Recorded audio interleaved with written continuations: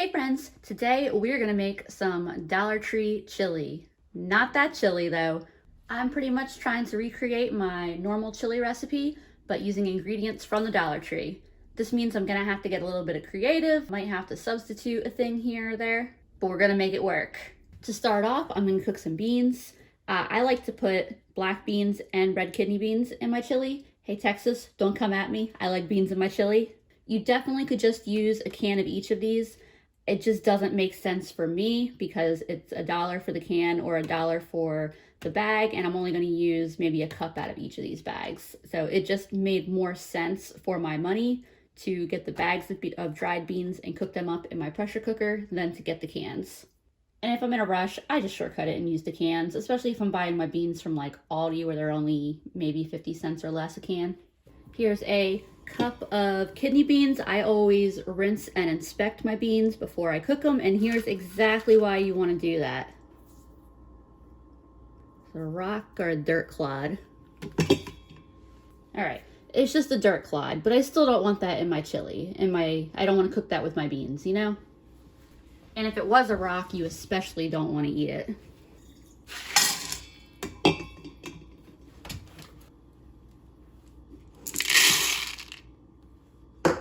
And then I'm doing the same exact thing for the black beans. So to my insert, I'm just adding about a couple liters of water. Because these beans have similar cook times, it's no problem to cook them together. They will pressure cook together just fine. And like I said, I went with the dried over the cans just because now I have all these beans left for other meals. First thing I'm gonna do is get into our peppers. It's actually not too bad of a mix. The Dollar Tree's onions and peppers tend to be a little onion heavy, but this particular one seems pretty decent. Like a good batch, I guess. I'm just chopping these down a little bit because I'd rather have them have more of a diced consistency than strips. I've also got some oil heating up in my Dutch oven on the stove. Right, now that I got these more or less diced up, they are going in the Dutch oven. We'll start out just by sauteing these for a few minutes, letting the liquid get out of them. I know from experience using them that, you know, because they're frozen, they release a lot of liquid, but as they cook, that liquid will evaporate and then you'll get a good saute on them. It's been a few minutes. You can see that most of the excess water has evaporated, starting to get a little bit of color. I'm just gonna let these go for a couple more minutes before I start adding the meat in. I am happy enough with where these are at that I'm gonna start on the meat. So usually in my chili, I put a pound of hamburger. Obviously, our options are a little more limited at the Dollar Tree. I got their beef patties, so this is a pound. 2 packages of this is a pound of beef patties. I've had them before. They're not too bad. They're much better when they're used, broken down and used as an ingredient versus having a burger. And so you're wondering how they can be so cheap. Part of it is that they're not strictly ground beef. There's also TVP, textured vegetable protein, in it, which I like. It's a popular backpacking food, so it's not a foreign food for me.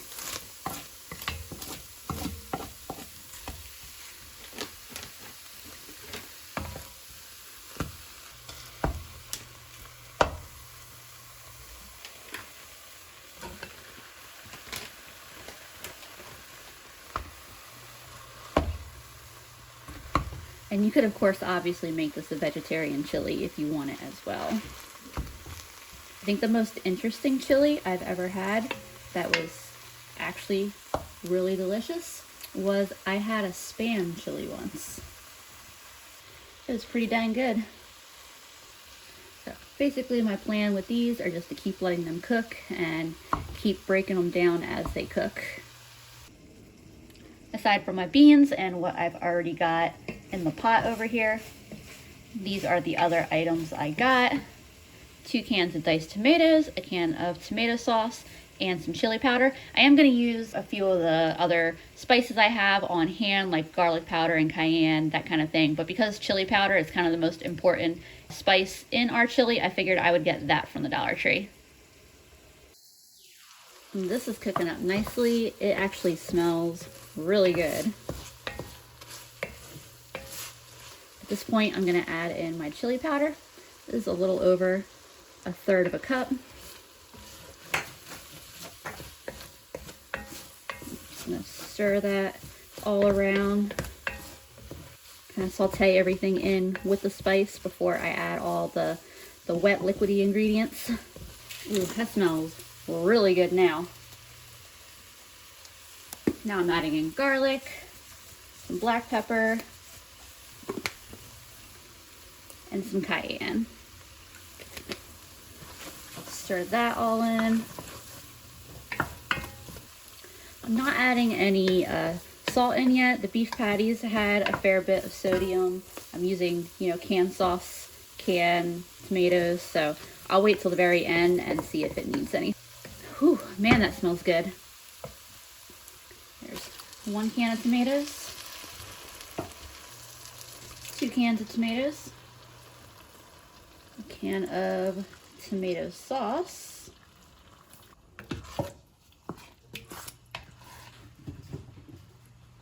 and then of course our beans.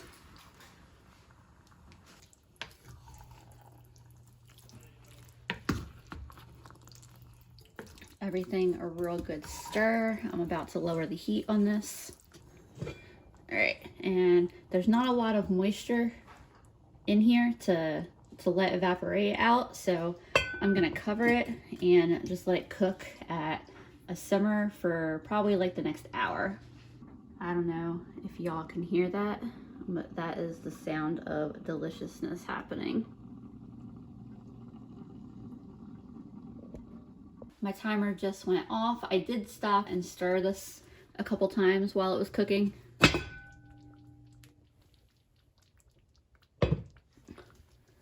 That is looking good. I'm gonna turn the heat off.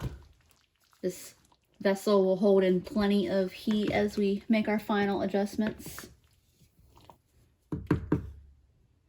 Smells good. My stomach is growling. When tasting, I always get a little bowl to put it in and stir it around so that way it cools down. Otherwise, I burn my tongue, guaranteed, every single time. So it's pretty good as is, but we always end up adjusting the seasoning a little bit. I'm gonna add a little bit more chili powder, maybe a little more pepper, and definitely just a little bit of salt. Now that it's done and everything's together, I can taste that it needs just a little bit of salt. Some people also like to add cinnamon or brown sugar to their chili, not a lot, just enough to kind of like accentuate the flavors. Sometimes we like to add a little splash of Worcestershire. All right, getting those seasonings mixed in. It's funny, we went to Atlanta at the end of October, beginning of November, and we needed salt. And so we ended up at a Kroger, and it's funny because I have Kroger salt now. We used to have Kroger around here, and they pulled out of this market, and I very, very, very much miss having a Kroger around. It sounds dumb to be like I had so much fun going into a Kroger and shopping, but that's the way it is. From the Dollar Tree, I also got some shredded cheddar cheese. This is real cheese. It's not, the fake stuff. And I got some Bugles. I was going to get regular corn chips, but Bugles was the only kind of corn chip they had out of like anything. And I know that they've had them before because my grandma really likes the corn chips. And so I've picked up bags of them for her before. So I've definitely gotten them there. But this time that's all they had was the Bugles, which Andrew's excited about because he loves Bugles. I am excited about this dish. I know chili is one of those things that people can definitely have some pretty strong preferences about. I rarely meet a chili that I don't love. I love chili. I've had all different kinds of chili. We used to have a chili day at work where, you know, everyone who wanted to would bring in a crock pot of chili. So hence why I've had spam chili and venison chili and all different kinds of chili. Do you have a chili preference? A favorite topping?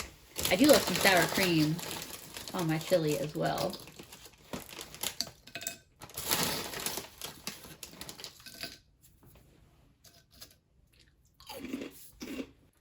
Is it just me? Is it just me, or is it a lot harder to do this than it used to be? Did my fingers get fatter, or did the bugles get flatter? The world may never know. You can see that that's real cheese because it's starting to melt real nice on top of the chili.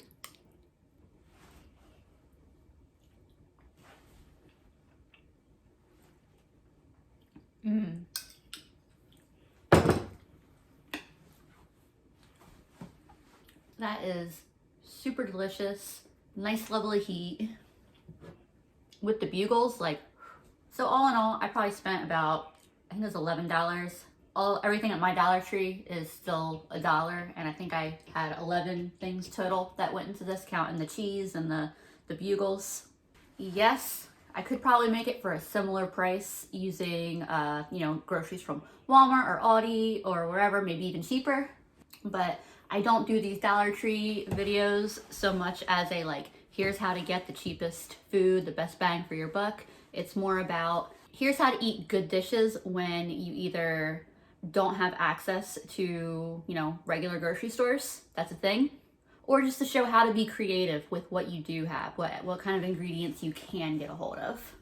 You could definitely do the same chili recipe with, you know, a regular pound of ground beef and whatever your preferred canned tomatoes, things like that at the regular grocery store. You could play with the spices. So one of the great things about chili is that there's just so much opportunity to like adjust it to your preferences. Chili is just such a great, versatile dish. I love it. All right, well, I'm gonna stop talking to y'all and go eat my chili. I'll see y'all next time.